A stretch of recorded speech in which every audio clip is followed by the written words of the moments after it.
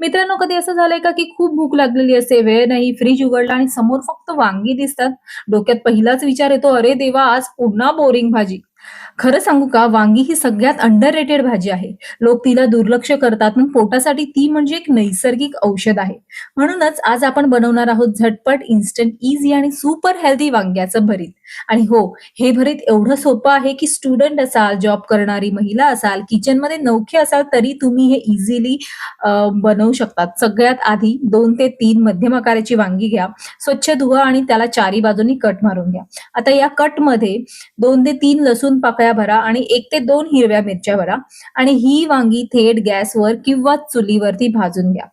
सगळ्या बाजूंनी नीट भाजा, जोपर्यंत साल काळी होत नाही म्हणजे करपत नाही आणि आतली वांगी सॉफ्ट होत नाही तोपर्यंत हे आपल्याला भाजायचं आहे. आता वांग्याची साल काढून टाका.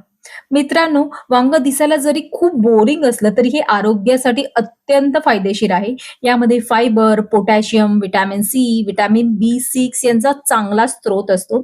आणि मित्रांनो, तुम्हाला माहित आहे का, की ही भाजी ब्लड प्रेशर नियंत्रणात तर ठेवतेच, पण खराब कोलेस्ट्रॉल कमी करायला सुद्धा खूप मदत करते.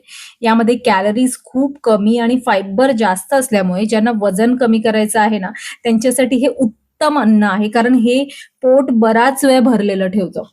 आदिवासी पद्धतीनुसार ना चुलीवर भाजलेल्या वांग्यामध्ये थोडीशी साखर टाकून खाल्ली ना, तर शरीरातलं जे रक्ताची कमतरता असेल, तर ती दूर होण्यास खूपच मदत होते. मित्रांनो, ज्यांना ॲलर्जी, सांधेदुखी किंवा किडनीची समस्या असेल, त्यांनी हा पदार्थ डॉक्टरांना विचारूनच सेवन करायचं आहे.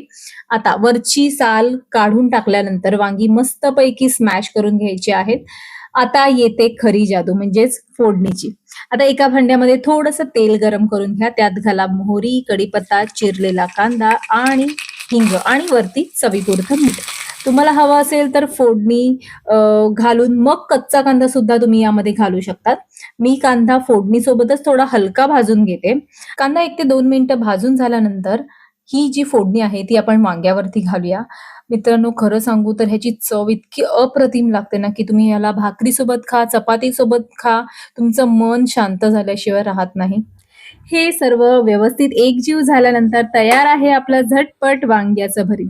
आता तुम्हीच सांगा, एवढं इझी आणि हेल्दी भरीत कोण नाही खाणार? जर हा व्हिडिओ आवडला असेल तर नक्की लाईक, शेअर आणि सबस्क्राईब करायला विसरू नका. अशाच रेसिपीजसाठी पाहत रहा फ्लेवरफुल लाईफ विथ सोनाक्षी.